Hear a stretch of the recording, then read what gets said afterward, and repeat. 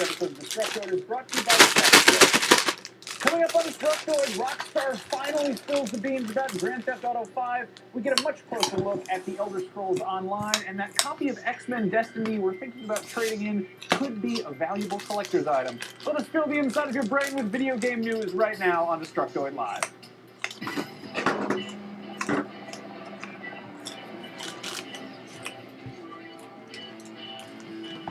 Welcome to Destructoid. I'm Tara Long. And I'm Max Scoville. Happy Friday, Max Scoville. Happy Friday, Tara Long. How are you this lovely day? I'm okay. Wearing a sweater, hanging out, you know. That's a nice sweater. Thanks, Tara. Did you just say that to get me to compliment you? A little bit. Did it work? I think it works. Yes, it Tara did likes work. my sweater.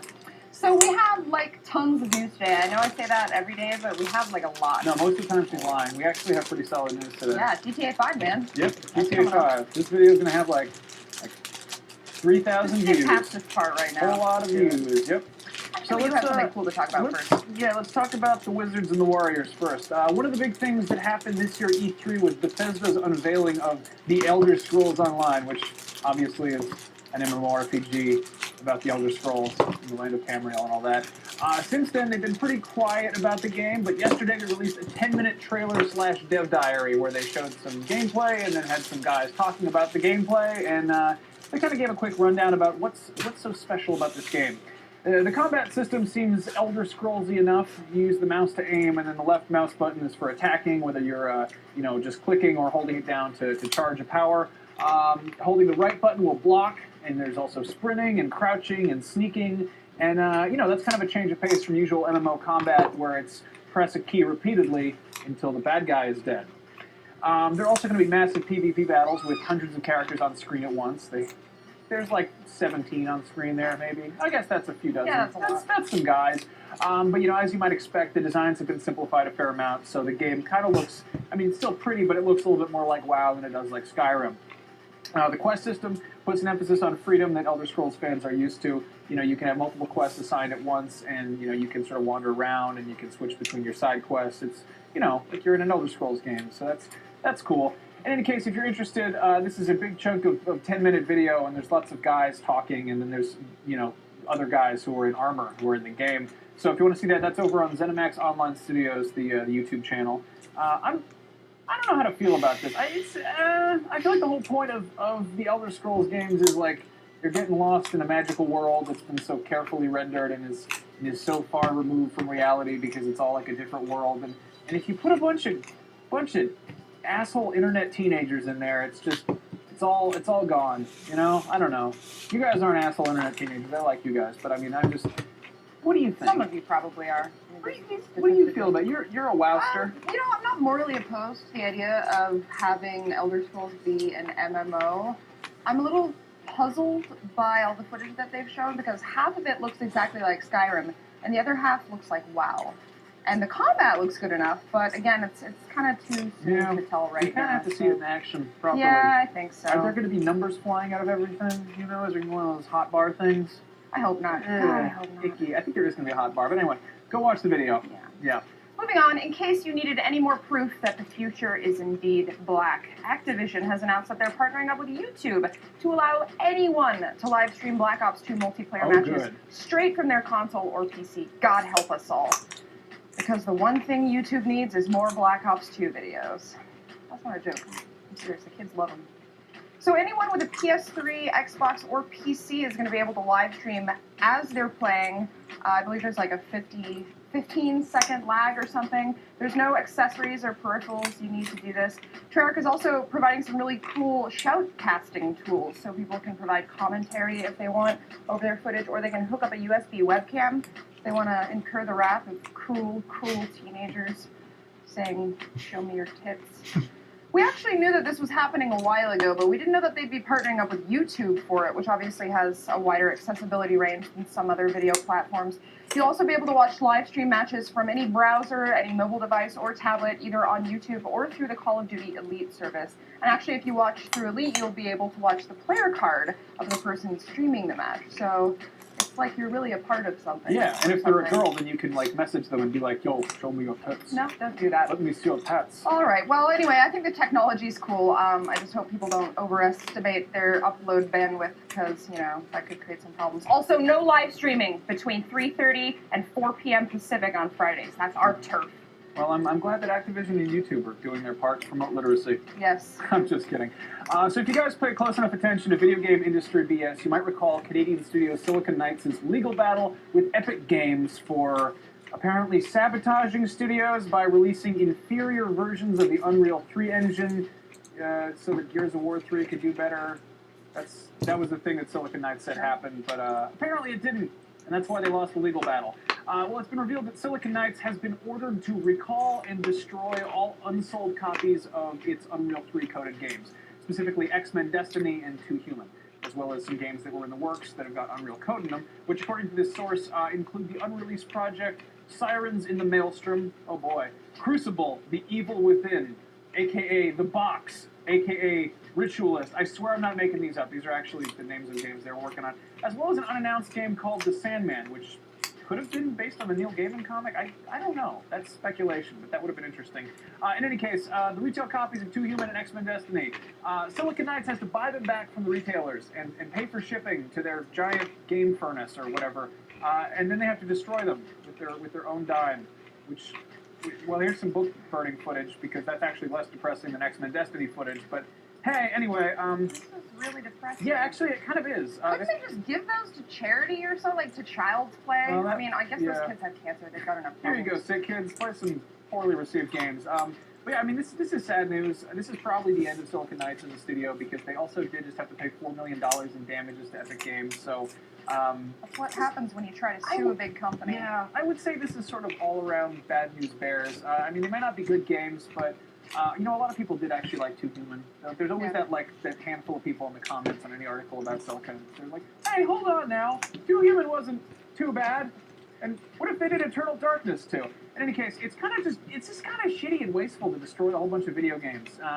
And it's they're still video games, but now they're just like, well, let's make them into broken plastic with our hammers and our fire. If they melt them, that's a health hazard. Yeah, it is. You want that on your hands? Yeah. Well, in any case, if you want to own a tragic piece of video game history, go snag a copy of 2 Human or X-Men Destiny before Dennis Dyack pulls his rusty old pickup truck around the back of the GameStop and starts shoveling in his shameful games into the back. Take them out back and burn them. And shoot them. He's going to go bury them in the New Mexico desert or his copy of E.T. for a story. Oh, speaking of horrible, shameful products, if the harsh reviews weren't damning enough for Medal of Honor Warfighter, then perhaps a good old military scandal is in order. CBS reported yesterday that 7 members of the U.S. Navy SEALs, including one of the guys who was involved with the raid on Osama bin Laden and ended up killing him, well, they've now been disciplined for their involvement in Medal of Honor Warfighter. Yeah. They were hired as paid consultants by EA for 2 days earlier this year, during which time the military has now accused them of sharing classified materials given to them by the Navy and, quote, violating the unwritten code that SEALs are silent warriors who shun the spotlight. Dramatic balance British. balls on their noses. Yeah. You can't be like, you broke the unwritten rules. Didn't you read the unwritten rules? They were written there. They're unwritten right there. We wrote them in our ghost book.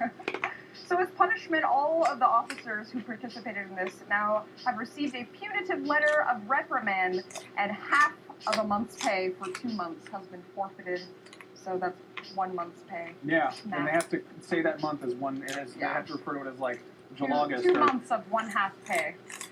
Anyway, all the officers are still on active duty, so nothing too terrible happened to them, although 4 of the 7 have since been transferred to a different unit. I've got an idea for a video game, EA. You should listen to me. You should make one about those 7 Navy SEAL officers who were reprimanded for selling military secrets, except instead of secrets, they're nuclear bombs. And instead of getting their pay docked, they die a horrible death. But there's a twist. You want to hear the twist, don't you? Go on, I'll tell you the twist. The twist is that one of them actually is Osama bin Laden, meaning, stick with me here, only in death were they truly able to slay the beast, stop the war, and earn the coveted Medal of Honor. I call it Medal of Honor, War Fighter. I don't get it. Really? Was that a joke? Is it deep? I call it Medal of Honor. United Assault. That's a good one. Thank you. Battlefield 4 Beta, free inside. Let's take a word from our sponsors. But first, a sip for my drink. And now a word from our sponsor. I believe it was the great philosopher Descartes who once said, "Only suckers pay full price." Don't have a talking club. Flask sharpener shaped like a cat, and in fact, threads access right now. Even better, we buy or you love. We discuss in all of our episodes is equally important and interesting, yeah, but totally. I mean, let's face it, the real news this week is GTA 5. Everything else is crap. Yep. You know what's not crap, though? This 18-page cover story that Game Informer released yesterday, all about GTA 5. We've been talking about this for weeks. It's finally out. Now, we already know that this game is going to be set in Los Santos, which is the fictionalized version of LA, but we didn't know the exact scale of the city until now. According to Rockstar, Los Santos is bigger than the worlds of GTA 4, San Andreas, and Red Dead Redemption combined, with plenty of places to explore, both urban and open. You're going to be able to take a trip to the beach if you want. You can visit a military base, hike up Mount Chiliad, which is the GTA version of Mount Diablo, and, wait for it, scuba diving. Boom. Yes, you can motherfucking scuba dive in GTA 5. Imagine all of the species of fish we will find, maybe even swordfish. I hope that there's a shark fish. Damn it, that's not a real kind of sword fish. shark. Yeah, we like fish here. And scuba diving is a good thing. So obviously we already know that Rockstar is amazing at creating just massive open worlds with fantastic amounts of detail, and they're ramping that up even more for GTA 5 by completely rebuilding the gameplay mechanics from the ground up. So now instead of running through the campaign as just one guy, there are 3 main protagonists that you will play as, whom you'll be able to switch between at various points throughout the game. And of course, each character is going to have their own distinct personality and neighborhood and background and everything, but their lives eventually intertwine, and the idea is that by experiencing the story from 3 different perspectives, you not only have a strategic advantage, because you know information before others do, because you're everywhere all the time, but you can also avoid the boring parts that usually come along with open world games like this by switching over to another character that's maybe doing something a little bit more exciting, like, I don't know, scuba diving? Looking at Did fish we mention you hanging could do out that? over the water, looking at all the different fish down there. I'm so excited. So excited. Pre-ordering it tomorrow. I love reefs. Yeah, as for the 3 main characters who will be scuba diving, looking at the fish under the water, there's Michael, who we might know as the narrator from the trailer. He kind of looks like Ray Liotta. He's a retired bank robber who's cut a cushy deal with the Witness Protection Program, and he lives in Rockford Hills in a big fancy house with his gold digger wife and his 2 bratty kids. And then there's Trevor, who is Michael's longtime friend, who's kind of his opposite. Trevor is he's a drug-addicted career criminal war veteran who lives out in the desert in Blaine County. To round out the trio, there's Franklin, the token black guy from South Central, who's in his late 20s. He's a repo man for a car dealership, and he's an aspiring hustler. And he kind of crosses paths with Michael, and he gets wound up in their plans to become a trio of crimesters. That's them right there. You see them? So anyway, each character has their own personality and set of skills, as well as 1 or 2 unique mini-games, which will presumably coincide with that character's hobbies. I wonder which one will like strip clubs the most. My bet's on Trevor. Anyway, confirmed leisure activities include yoga, triathlons, base jumping, jet skiing, tennis, scuba diving. Did we talk about the scuba diving, No, Tara? I don't think There so. is scuba diving in this game. And surprisingly enough, there's a full-fledged golf game, like 18 holes. They put a golf game in the game about car stealing. Go figure. And Rockstar's really pushing for diverse mission types. There's going to be multi-tier heist missions, similar to GTA 4's 3-leaf clover mission, and that's going to happen early on in the narrative, where you can kind of swap between the different characters, which is exciting. That's going to be a big theme in the game. A lot of the missions are going to involve more than one character, but rest assured there will still be solo missions as well.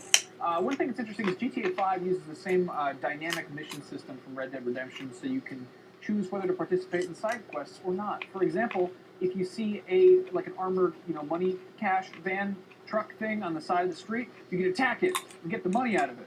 You can also flip people off. Yes. And depending on what neighborhood you're in, they'll react differently. Yeah, so if you're in South Central, you're getting your ass beat. Yeah. You know? If you flip off soccer moms in Beverly Hills, they're probably just going to gas. They're probably just going to want to bone you or something. And apparently the people in the environment will react differently to the different characters. So basically nobody likes Trevor. because Okay. he's a crazy person. That guy's weird. But yeah, Rockstar's not talking about multiplayer yet. That's obviously going to be making a return.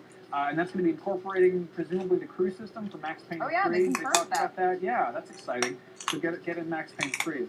Get your crew together. There's a Destructoid crew. Yes, there is. Now, obviously, there's a ton of stuff we don't know yet. We are just seriously just skimming the surface of this month's Game Informer. There's so many things in this besides scuba diving. We really should talk about scuba diving more. We should. It's pretty exciting. But, go be a good sport and buy a copy of this Game Informer. Or, download it from the internet onto your iPad or your Android device or whatever it is that the kids do with it. We don't even know how to read a magazine anymore.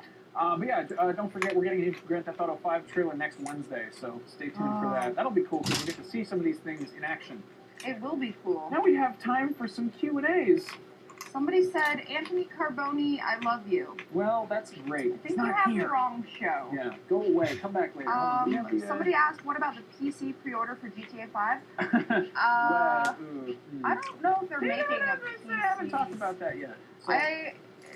Terralong prediction incoming. I 6 would months bet. after I would regular bet that it comes a good 3 to 6 months after the console launch. Yeah, 3 to 6. I would say longer. It was a good while for the GTA 4 one.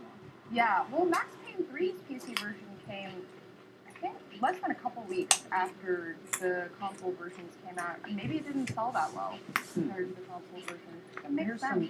Here's some, okay, Ultimate Gamer 504 says, intersecting storylines, Resident Evil 6, anyone? Anyone? No. I don't know. I don't think that's... This isn't like a, you finish one dude's campaign and then you move on to the next, though. It's like all happening at once. And it's part of that whole, like, living, breathing world thing that they're trying to do, where, like, there's always something going on no matter what. Yeah. I don't know. It's never stale. Scuba diving. Wow, I will buy that game now. People seem to be responding positively. James Dillasell, I'm with you on that one. I'm excited about the scuba diving. Let's see. Madrovich says, can you use the flamethrower while scuba diving?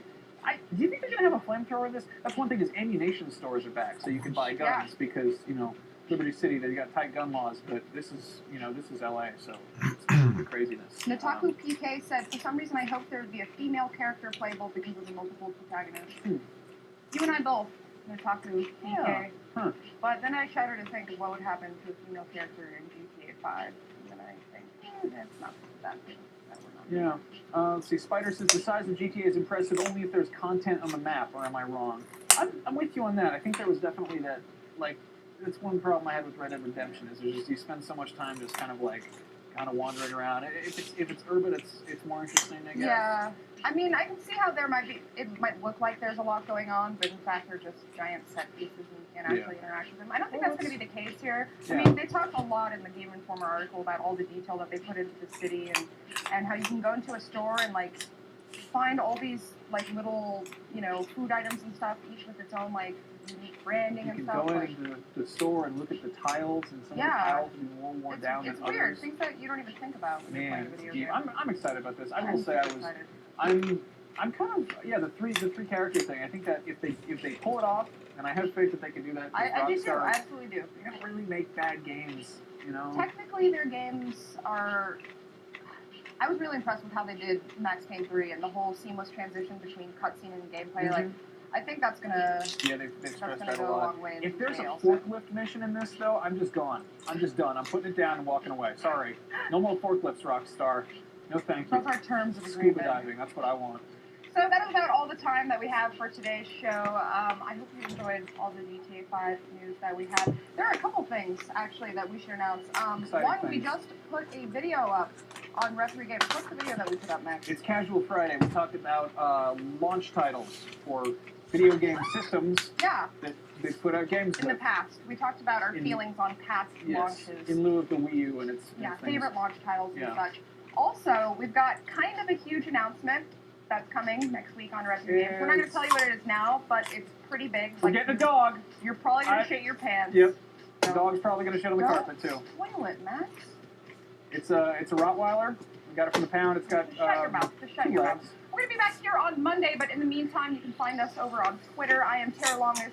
He is Max Scoville, and the show is Destructoid Show on there. We've got almost 7,000 followers in the Destructoid Show. Hello. double that or something. Yeah, I don't know why I just said hello. That was a weird thing to say. Right. I meant to say, don't do crimes Yes. in real life. Good advice for everyone. Go in the video game to do the crimes. See you on Monday.